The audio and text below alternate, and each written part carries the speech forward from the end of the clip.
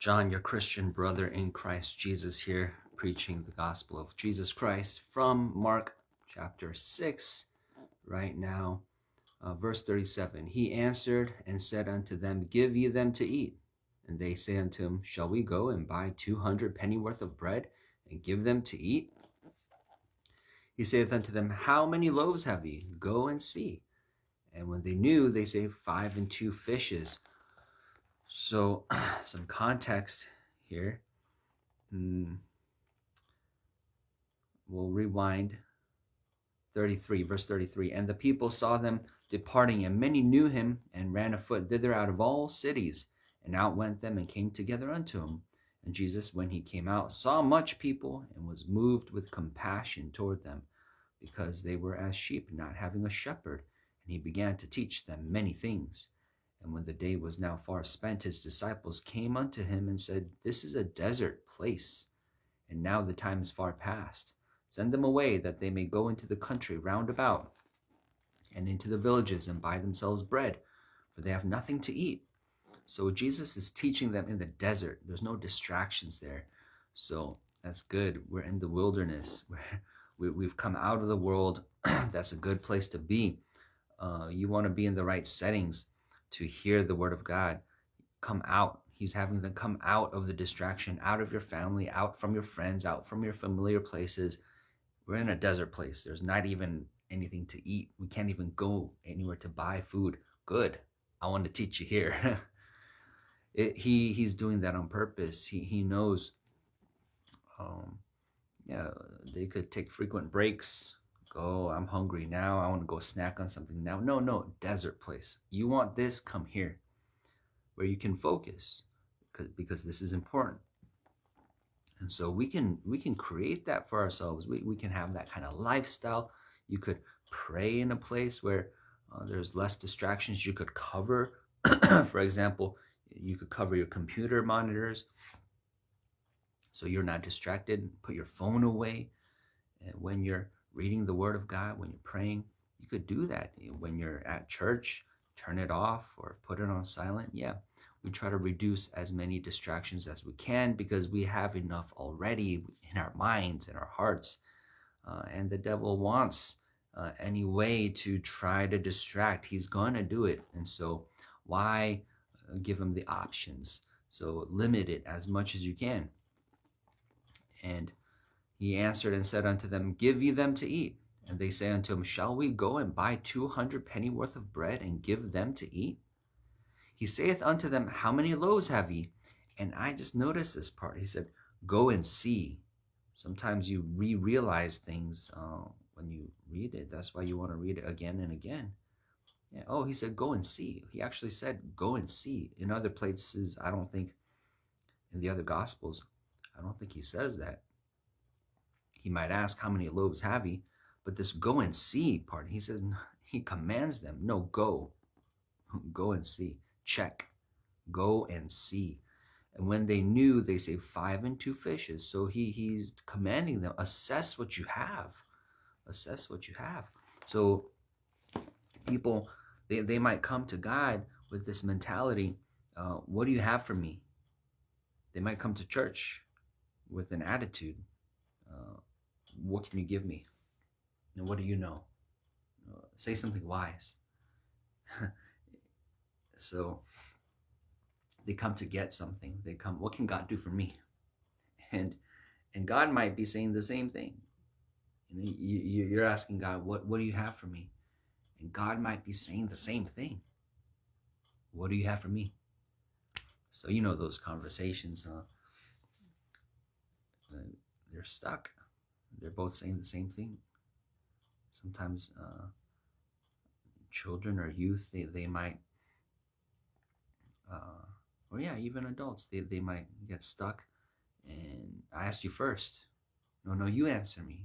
No, but I asked you first. No, but you answer first. They don't want to advance. They say, no, you answer me first. And so we could find ourselves in that kind of position with God. What do you have for me? What do you have for me? You want to advance the conversation, don't you? It can be frustrating staying in the same place. No, what do you have for me? No, no, what do you have for me? What do you have for me? What do you have for me? And God wants us to shift in our mindset and not just coming to Him to get, because He wants to bless us. That's why. He shows us that there's 10 that got healed. He doesn't want to do that to us, to have 9 of them go away and they don't know what they missed. 1 came back, gave thanks and praise. He worshiped Jesus. And He says, where are the other 9? Weren't there 10? How come there's only 1 that comes back to give thanks, to worship, to give praise?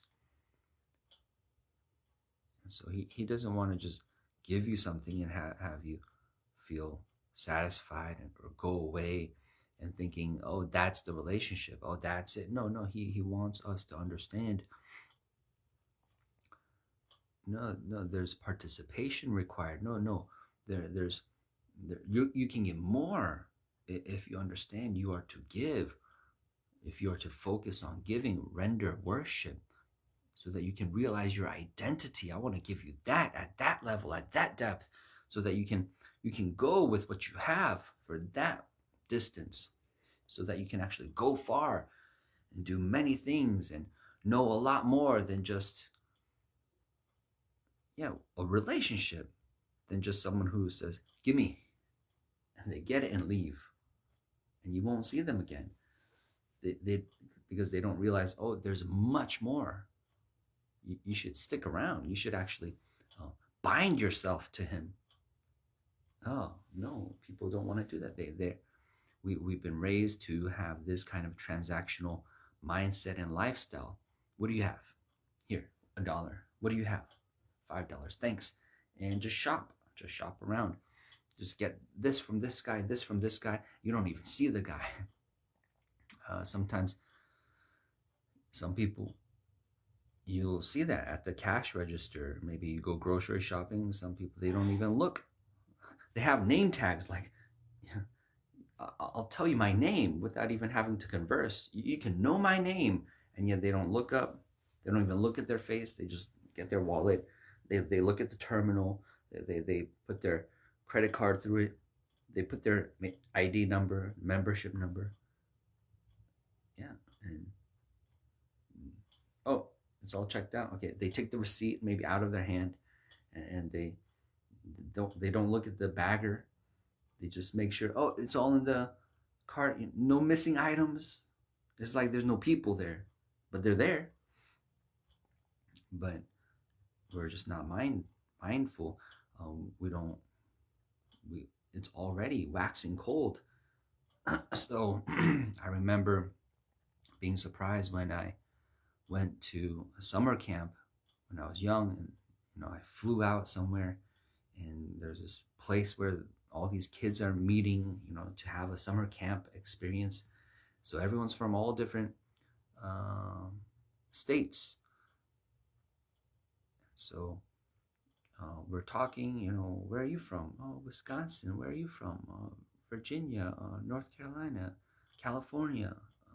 I'm from Florida. I'm from Nebraska. Oh, what's it like there? And I remember talking, most people will be from like the densely populated areas, San Francisco, New York, Chicago, and then you have some people that are from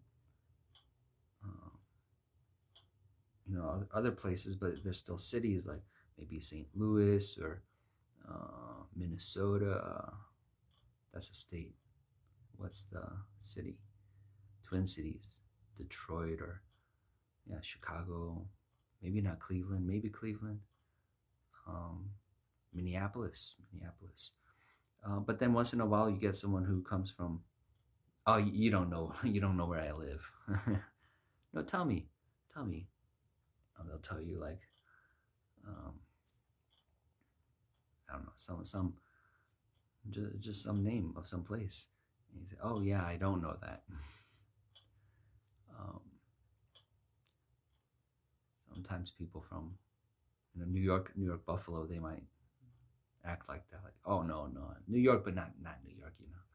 Be a little defensive. But people really from rural places, they they'll say that. Oh yeah, no, just the state, just this town. You don't know it, because we're having reactions like to other places. Oh, New York, wow, or oh, oh, from Miami. Oh, wow, I heard of that. What's it like there? And then this kid says, I'm from, like Greenfield, from Pleasantville. Oh, where's that? Not as excited. Like, oh, well, what's it like there? But I remember when they described their shock, their culture shock of having experiences outside of that place, and it commonly be the same thing of just what I was talking about.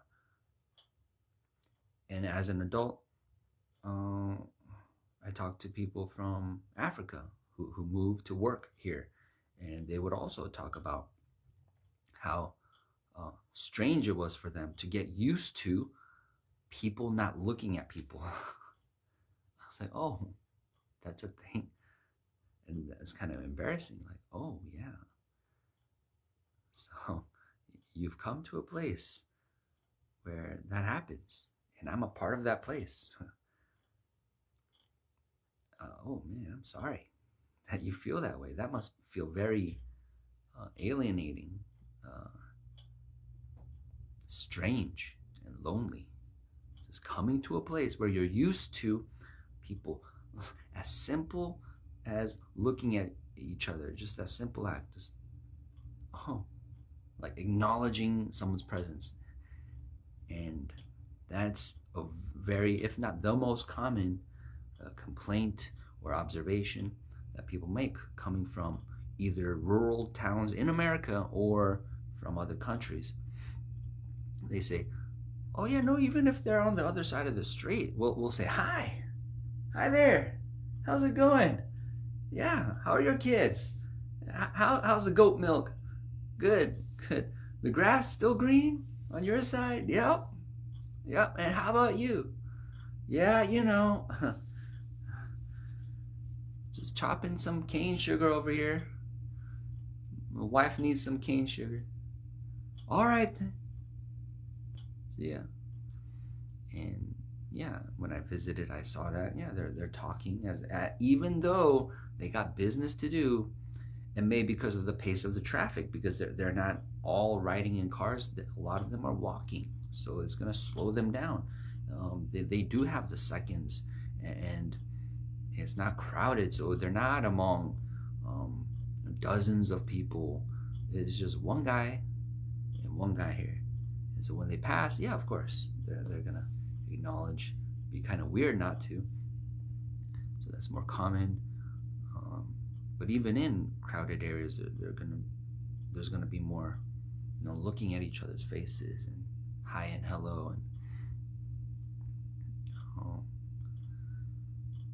but yeah, I mean, that even in Africa, you're gonna see those differences depending on the density. When there's more people, there is more.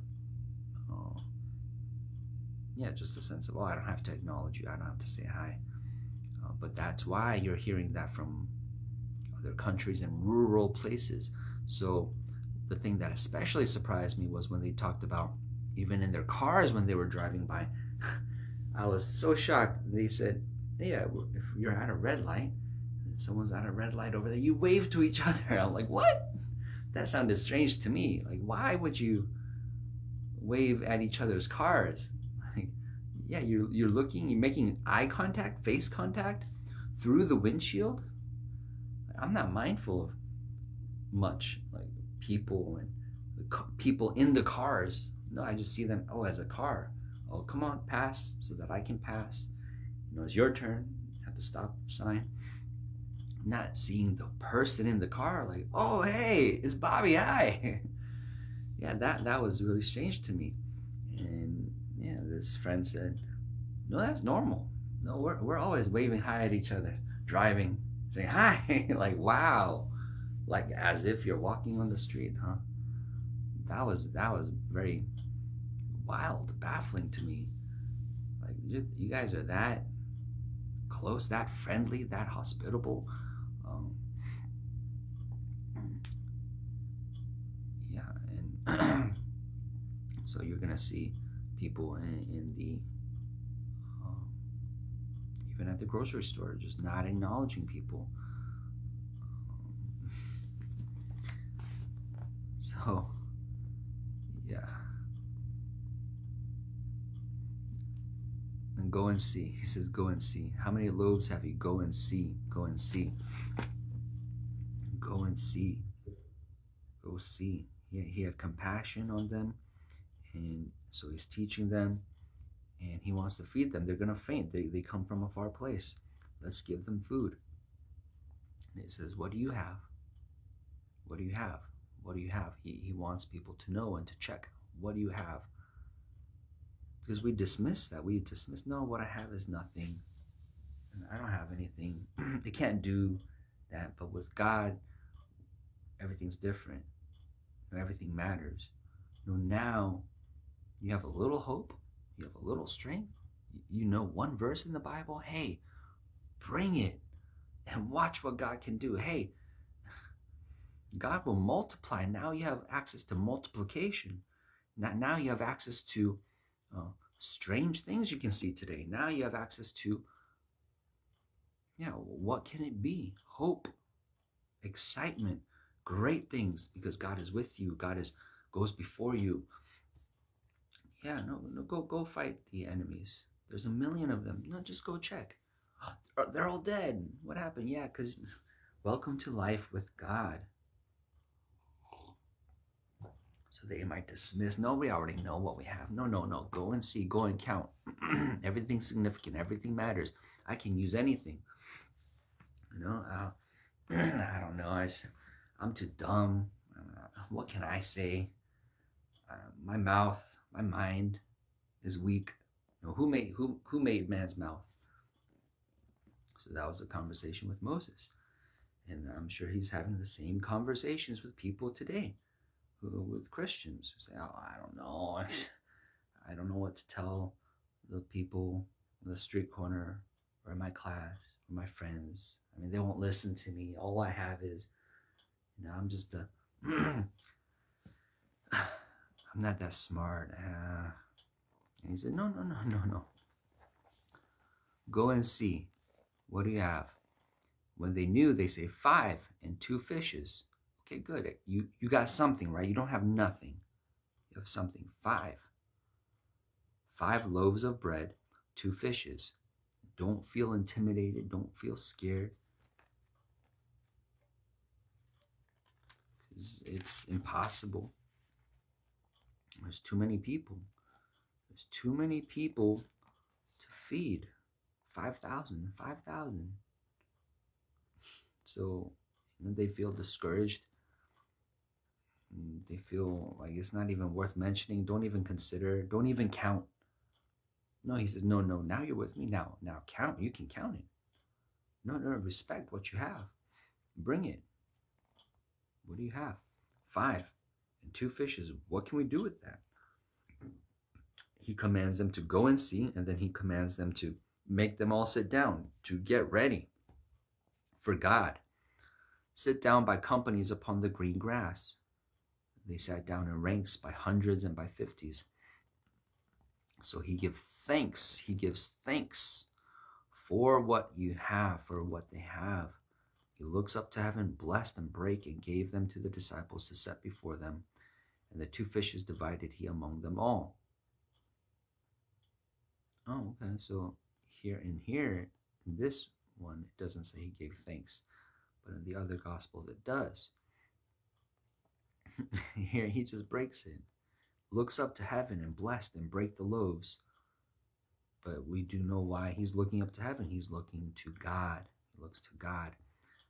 And blessed and break the loaves and gave them to his disciples to set before them. The 2 fishes divided he among them all, and they did all eat and were filled. And so that's why God doesn't want us to come to him just to get. What can I get? What can you give me? Entertain me. No, no, no, no. You entertain God. What do you have? Bring it. What can you do? Do it. Give yourself. Give yourself an offering. Yourself. Bring what you have. What do you have? Count it. Bring it. That's why even the Old Testament, he describes the sacrifices. And sometimes he'll make provision. If you don't have that, then bring that. Just something else. Whatever you can. He wants us to participate.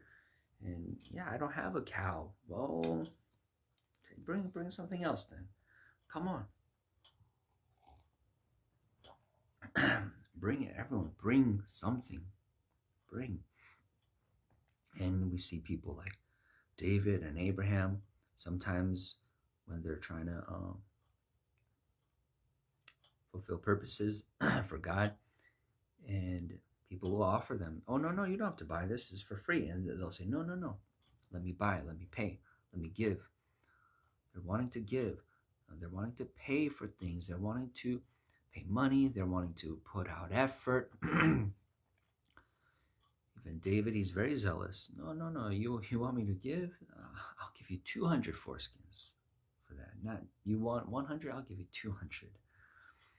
Yeah, they want to give. They want to not get things for free. No. They want to put out effort. They want to participate. That's a certain kind of mindset. Not just wanting to take, not just wanting to get. They want to be a part of it. They want to be a part of it. Yeah, that's a different kind of mindset. That wants to do. There's wisdom in that. Because there's becoming and doing. If you just get. That what does that do? That even we know that children, there's a concept of spoiling them. Oh, you're spoiling them. How? By giving. No, isn't it good? The more I give them, won't they become bigger and more and stronger? After all, I'm giving them. I'm giving to them, so they're getting more. So they should become more, right? Because I'm adding to their lives. But how come it has the opposite effect? It's like working out. Yeah, no, give me the milkshake. Give me the hamburger. Give me the extra fries. And you're not going to become stronger. You will become bigger and less able, though. You ate a lot, but you can't kill Goliath. You're going to try and run out of breath. You look for your asthma breath thing.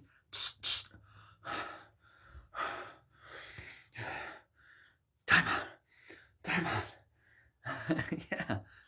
But you had the extra fries. You had the extra Coke. You had the double quarter pounder with the double cheeseburger, double bacon. Yeah, you had more. Well, you should be able to run faster. No. How come it's the guy that eats the chicken breast? But no. Don't add sauce to that. No. I'm training. No, just yeah, no fat in there, no flavor. No, don't put too much salt. No, this is a systematized, balanced, intentional meal. Because I don't live to eat. I eat to live, right? I eat to train. I eat for a purpose. I don't eat for drunkenness. I don't eat and say, this is so good. Or, this is the best, juiciest chicken. No, it's Monday. It's not, maybe they have some cheat days like that. Yeah, they call it cheat days because, oh, I'm kind of cheating here. No, I don't usually do this. No, usually what is it like? Oh, it's Monday, Tuesday, Wednesday. Chicken breast, broccoli. Chew it. They're not looking for pleasure. They're looking at the dumbbells. Okay, right after I'm done eating, I'm gonna lift those weights. And then what are they gonna do? They're gonna give. They're gonna output. And they're losing in the moment. They're losing. They're breaking their muscles. Is breaking down. But that's making room. Rehoboth. That's one of the names of God. He makes room. Isaac found that name as he's digging wells, digging wells, digging wells, digging wells, and he got that because Abraham, the generation before him, his father was building altars, giving to God, sacrifices, offering unto God, and so as we give, as we there's the concept of tithing, 10%. Why would you do that? Why would you do that? Why would you do that? No, it's yours. You got it. That's senseless. That's who would want that? 10% loss of everything that comes in? You have a hole in your bag. 10% of everything you get, it just leaks out. It just goes. Where does it go? You just burn it? You just pour it out? You don't eat it. You don't spend it. You don't give it to your sons.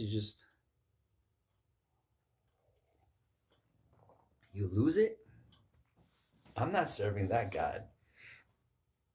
No, I'm going to get rich. I'm going to keep my stuff. There is that keeps more than his meat, and then it tends to poverty. There is that gives liberally and increases. But you have to observe over time. So someone might live and watch Isaac and his children and their generations and realize as they go to war, oh, ow, my shin, oh, you came out with a bruise and maybe a big gash on your thigh, and this guy who gives 10% of his stuff that you despise, that's a weird practice. I think you're a little mentally unstable. Who would do that? Something's wrong with you, man. Something's wrong with you. You need to get that checked out. I think you got some missing nuts, bolts, some marbles. You lost some stuff there, man. That's not normal. Until you come back from war and he's fine. He's fine. And you got all these gashes and wounds and you got your sword's all dull or you lost it or problems.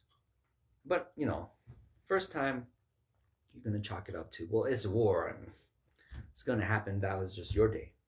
So you just got out unscathed. I mean, that could happen to anyone until, right, as we're saying, over time,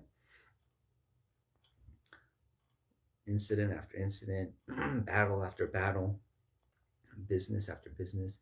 Oh, something happens, you lost. You got exacted upon. The Philistines came and stole half your crops or burnt down your fields. Oh, but they forgot his. And yeah, just chalk it up again. Well, that's because you're situated right behind the hill, and so they didn't see natural reasons until maybe even it takes a long time and you see his children and your children, and then the differences as he's teaching his children the way they ought to go so that they don't depart from it when they get older. And it's the ways of God, and they too are acting strange, doing things that you say is no, that's your family has something mentally wrong with them.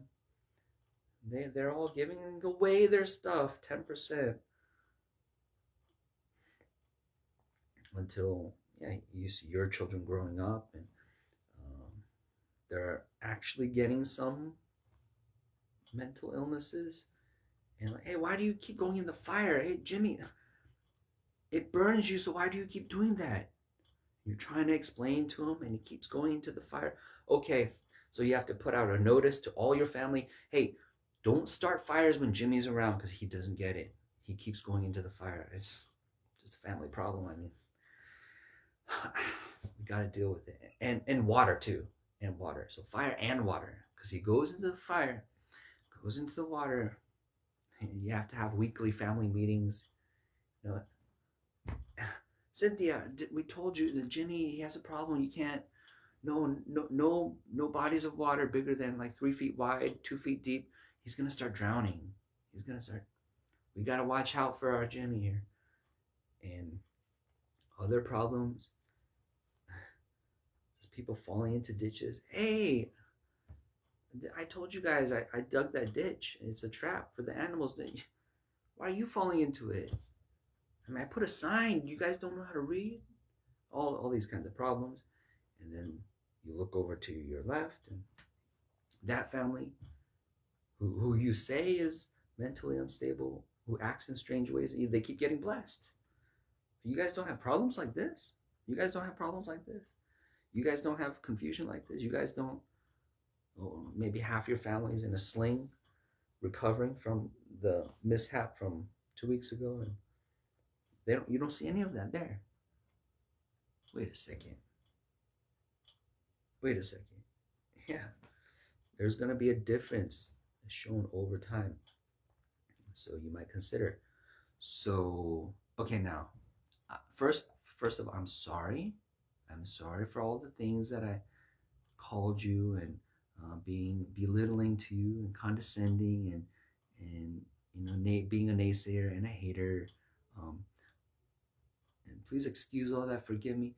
And I do want to ask, what's the reason that you give the 10%? I never really asked you or considered it or respected it, but I'm starting to consider, starting to wonder. I'm starting to want to know. Like, what is that you guys are different, in a good way? In a good way. I think in a good way. Tell me more. Let's sit down. What's that book that you have? Read it to me. What's that place that you go to? Where do you guys congregate? Can I go too? Something's up. Something's up. You guys know something. You guys have access to something. And so that is what even today the Christian is supposed to be. Even today. Yeah, this 10% is giving. Give. And it's a savor of death to the ungodly. I don't get it. No. You get. Gain is getting. And we're supposed to demonstrate. No, you give to God. You're given to God. Your mind, your thoughts, and they're gonna hate it until they see the results of it. So it's our responsibility to show the results of it, to be consistent enough to have those results come, and to be visible, and to be consistent in it, so that you could accumulate and build, and so that you can be that city on a hill, so that you could be a light. That's not someone that was a light, but still is a light, so that people can see and they'll remember and come back, and you're still there, you're still lit. You don't want to be like Saul, whose heart was changed, but then his light went out. Rehoboam, who had a good father and had access, who could have been set up to do well, but then he followed his own crew and just his own ways. And so that light got dimmed. Jeroboam, who was prophesied, who was told and sent by God, no, it'll be yours. Here, I give it to you. But then he couldn't be focused on God and return to God, thanksgiving and loyalty. No. Now he started to try to manage it all on his own, do it all by his own strength and power and cleverness, and lost it. Because he wanted to get and he wanted to keep, and it was about him. And no. Life is about God. You giving to God. And then leaving the results in God's hands too. You just give to God. Then you can have guaranteed success. The world is doing it backwards. No, I need to figure it all out, get my calculator, get my glasses, get my bow tie, and get my Facebook and LinkedIn and social networking and marketing and handshakes and likes and connections and all the degrees and all the phone numbers and all the titles and PhDs, and know all the people to name drop, and know all the books and know all the movies, and then they don't get the outcome. So you know all of that, but you can't actually do it. You might know how to get rich, and you can't actually get it or keep it. And the people of God, we know that there's a freedom in that. So what do you have? What do you have? What do you have? And do you know where it belongs? Do you know what to do with what you have? Yes, we know. Give it to God. Give it to God. What do you have? 24 hours in a day? Give it to God. What do you have? Your mind? Give it to God. What do you have? A heart? Give it to God. And so, what do you know about the future? There's one thing I know. Surely, goodness is there, mercy is there. Now, that's all I know. And that's all you need to know, isn't it? What about step 1, 2, 3, 4, phase 1, 2, 3, 4? First semester, second semester, third semester. And who's going to hire you? Where are you going to work? What's your 5-year plan? I don't know. But watch. I called it. Yeah, the 8 ball is going to go in that pocket. How? I don't know. So usually in that game, you can't really do that. People want you to call it, oh, I'm going to bank it off that wall and go in there. But as kids, when we played, we didn't know that. We didn't play like that. So even if you made it by accident, you still won. So it's like that. You just hit the ball as hard as you can, and you're gonna be impressed. It's that wall, that wall, that wall, this wall, that wall. It hits the ball and it goes in. Oh! And some people will say, "You're so good," and you'll feel like you're really good. Yeah, I'm good, aren't I? And some people will say, "You didn't do that on purpose. That was lucky." And yet, what if every time you do that? What if your life falls out like that? I don't know. I just have to go hard after God. My heart has to follow hard after God. That's all I know. That's all I have to do. I just have to hit this ball, boom, really hard. And then the rest, God's going to take care of. Boom, boom, boom, boom, boom, boom, boom. And it's going, almost losing steam. It knocks the ball and goes in the hole. Hey, it happened again. It always happens like that. I just have to put my full strength in. And the rest of the people, they won't understand. That's not how we play. We try to look at the ball, and look at the angle, and then get the cue stick, and then they rev it up. They pull it back. They push it forward. They don't hit the ball. They push it, pull it back, pull it forward again. They just rehearse. They just practice. Okay, almost. Okay, I got it. Now I'm sure. They got all their calculations, all their skill that they built up for this moment. They hit the ball. Oh, they miss. Oh, you missed. Or it hits the ball. And then it just doesn't go. It goes up to the hole and stops. Oh, so close. Why didn't it go in? Why didn't it sink in? That was a straight shot. Easy things. You can't do easy things. You're going to say it's a guarantee, and then it won't be. It won't be. It's the opposite for us. 5,000 people. 5,000 people. 5,000 people. And we have 5 pieces of bread and 2 fish. Make them sit down. What? How's this going to work? Yeah. And they obeyed. Make them all sit down by companies. And they did. They didn't argue. They didn't say, but no. They made them sit down. All right. So everyone sit down. Jesus says, sit down. We're all going to sit down. That's putting them at risk. You could be ridiculed, mocked if this doesn't work out. You told us to sit down and you don't have food for us? What are you doing? What is this? But maybe that was faith. That could have been faith. Maybe they did consider the miracles that they saw before. Maybe that did motivate them to obey. I say maybe because we know as we keep reading, they're going to be rebuked for not having considered this miracle that is just about to happen. But that could be the progression of how they're growing in their faith. They're supposed to consider every miracle. They're supposed to change every belief. And That could be difficult, right? Just okay, you just saw that. Now recategorize, reassess, reorganize all your thoughts, everything you know, everything you believe, and everything you hear in the future. Base it on what you just saw. Change it all. So that could be difficult. But yet that's an expectation. We see that is the expectation, and we are to do that.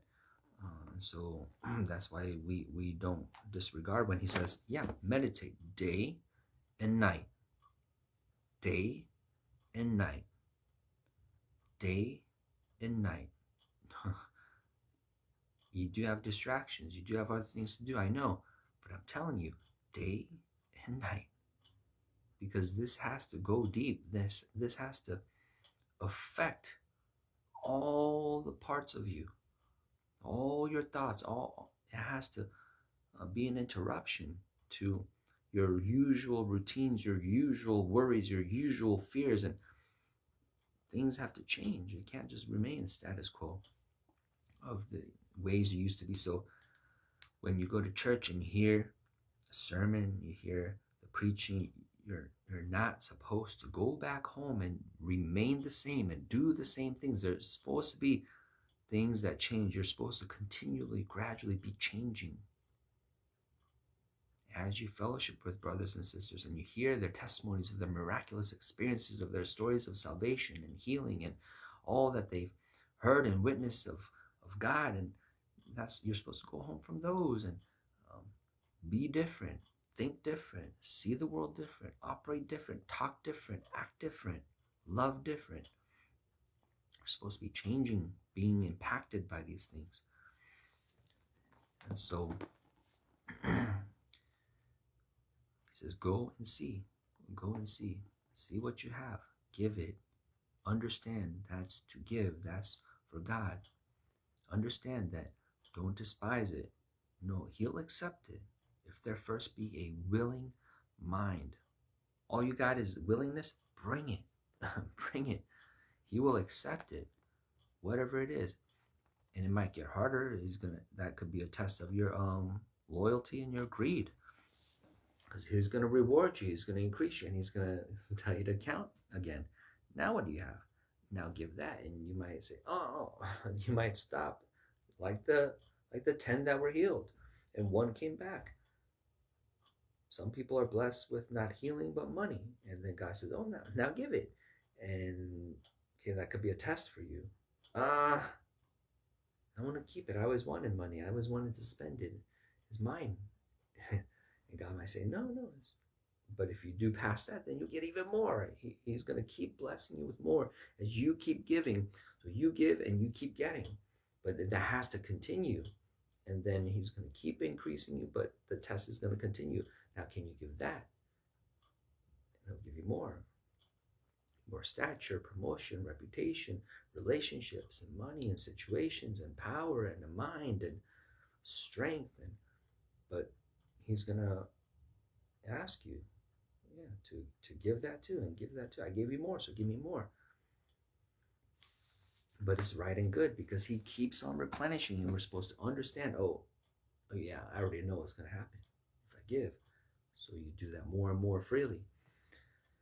And so he's making us into those kind of people that are willing and that freely give to God, that's willing and wanting to, and not having this mindset of taking and wanting to receive more and just figuring out, what do you have for me there? What can I get there?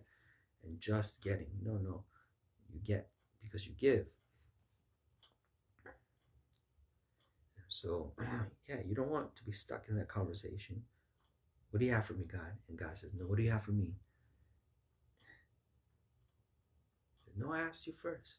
No, I asked you first. You don't want to be stuck there. You can move the conversation forward. You can move the conversation forward, but one of the people has to yield, don't they? What do you have for me? No, what do you have for me? No, what do you have for me? No, what do you have for me? And how are we going to move forward? One of them has to yield, and God is stronger. God is the stronger one. And so we must yield. We must yield. Well, fine, I have this. Then then that's going to be a good conversation. That's going to be a good future. That's going to be good if you can continue that. If you can give God what's his, if you can answer God, answer him. He's asking us questions. He's asking us these things. No, tell me. No, look it. Yeah, he's directing our attention, and he's having us go and see, and he's having us answer. And but there's many points where we can stop and resist. I have that, but that's not for sale. Yeah, you could do that. And so we understand that this Christian life is a journey, and we do have to get to the destination. And so there's a danger along the way. You could stop, you could leave, you could not make it for some reason. And so we do want to be mindful of that we need continual, consistent obedience, continual agreement, continual as we continue, as we go on, we're going to know more. He's going to command more. But we got to keep saying yes, keep agreeing, keep walking in him. And understand that, of course, yeah, there's grace as you go, as you might delay or stumble. He's going to encourage you, motivate you, give you room to repent and realize and recognize and learn and grow. But that grace is not to sin on purpose. No, it's to give you room so that you could figure it out and then go further, go stronger, keep reignite, re-engage, get back up, and keep on going. We have to be minded to understand, to know, okay, there's an end. There's an end. I need to get there. I need to get there. And you have to want it. And that's going to help you through those difficult patches and those hard times. Knowing, no, it's God that secures and guarantees. So I will get there. I just have to do this part, which is the effort. Keep trying, keep going, keep doing. And so that's the freedom in this life, is that guarantee. Oh no, it's guaranteed. I just have to keep being honest and keep going unto God with that sincere heart, to keep desiring to please God and live like that. And yeah, we don't have to be stuck in our old ways and stubborn and selfish and self-centered and self-focused. Those are the attitudes and the thinking patterns that has people stop and quit and hesitate, and just their speed starts to be too slow, or they get off the bus. And those are the ones that don't make it, because they haven't fully surrendered at a depth, at a deep enough level, at a deep enough place to God, to live for God. So that's why you're going to see sometimes some of the verses, that language, that no, you have to be obedient unto death. Jesus Christ was obedient unto death. Unto death. Why is it saying that? And counting the cost. And one of the scenarios is fighting a war against an army that's twice as big as you. So did you count the cost? What's the cost that they're counting? Money? No. Are you willing to fight this at that cost, knowing that you can die? Are you okay with that? You have to be okay with that to that extent. You can't hold on to anything. You can't hold on to your money. You can't hold on to your identity. You can't hold on to your life. You can't have a fear of death. You can't have a self-interest. There can't be a conflict. So when God says, do that, you have to be free to do it. Okay, that's what we got with Esther. If I perish, I perish. And that's when we see that little slowdown with that consideration, and then the resuming. Okay, if I perish, I perish, and then the momentum starts to pick up again, and just goes. Okay. I could die. These are the rules, and she figures it in her mind. Okay, let me just let that go. All right, free to obey, free to do the mission. Okay, so what we need to do is fast. I need to invite him twice to this banquet, and then it's just smooth sailing from there. He's hanged, and then let's reverse the law. Thank you, King, for the ring and the stamp and the letter. Yeah, just write these letters. All right, and then just declare this holiday. All right. Yeah, all because she was able to let that go. No, bigger than me. No, not just me and my life and for me and protect what's mine and preserve it. No, let it go, let it go. Let God be in control. Let God control the outcome. And just go ahead. Go ahead and then go in that direction toward God, toward the purposes. Do it. So even Apostle Paul, we see that. So he's disagreeing or not quite hearing clearly. No, I'm willing to die. So yeah, he's willing to die, and even with that, he's not hearing quite right. No. So the Holy Ghost is saying, "Don't go to Jerusalem." He says, "No. You don't try to stop me, guys. No. The Holy Ghost is trying to stop you.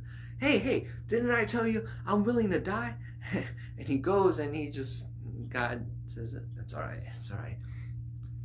His heart is in the right place. He's going to knock his head and he's going to get some bruises, but he's going to stand before Caesar. He'll be fine. He's not going to stop going to me. He never changed directions to serve himself. He never tried to protect himself. Even though he had to take some beatings on the way, he made it because he said, "God, I don't know all of the directions. I can't do it all perfectly, but my heart will be perfect before you." And that's what some of the kings were rebuked for. Yeah. Good. That's good. You destroyed the high places. You destroyed that high place, and you stopped them from worshiping the idols. Oh, you still have something against the guy? Yeah, I'm gonna mention it every time. Yeah, but his heart was not perfect before the Lord. Oh, you're gonna bring that up? But he did all that. No. We're gonna always mention that. If that's there, I'm gonna mention it. And this king, and he did this, and he did that, but his heart was not perfect before the Lord. You see the heart of God. You say, oh, he really desires that. He really wants that. So we're taking heed to that, hearing that. Oh, okay, so that matters to you. You regard that a lot. Okay, so let me strive for that. You want us to attain to that level. Okay, considering, oh man, perfect. Okay, God. Okay, and you have to say yes and agree and strive. All right, here I come, God. Yeah, believe in him. I'm not so sure of myself. I'm not that strong. I'm not that wise. Believe in him. Say, God, lead me, help me. I'm going to stretch out my hand. I'm going to cry out to you. I'm going to give you what I have. And I know you're going to cover the rest. I believe you're good for it. You are faithful. You are strong. You are God. And he is our God. We have to be his people. He will be our God. He's looking for all those that will reach out, that will cry out, that will lay out, that will give all to God, that will assess and acknowledge, well, I do have this. All right. You give that. You give that. You give that. Go and see what you have. Is that everything? So make sure it's everything too. You don't want to be Ananias and Sapphira. All right, that's what you got. Give it. Give that too. Yes, that too. So we want to be free, not be holding on to anything. No, but be willing more and more. This too, God. You can have this too, God, and this too, and you'll get the response. You'll get that same response in kind from God. Oh, well, then, my son, you can have this, and you can have this too, because you're like that with me. So we want to be like that with God. Freely give, freely give. Yeah, it's available. God is available. God is available, and he's good, and we can see more of that goodness, of that good and great God. The more we're willing, the more we open, to God, and get rid of and overcome and get through all those fears and worries and the flesh that's in the way of ourselves, denying ourselves, saying yes to God in Jesus' name.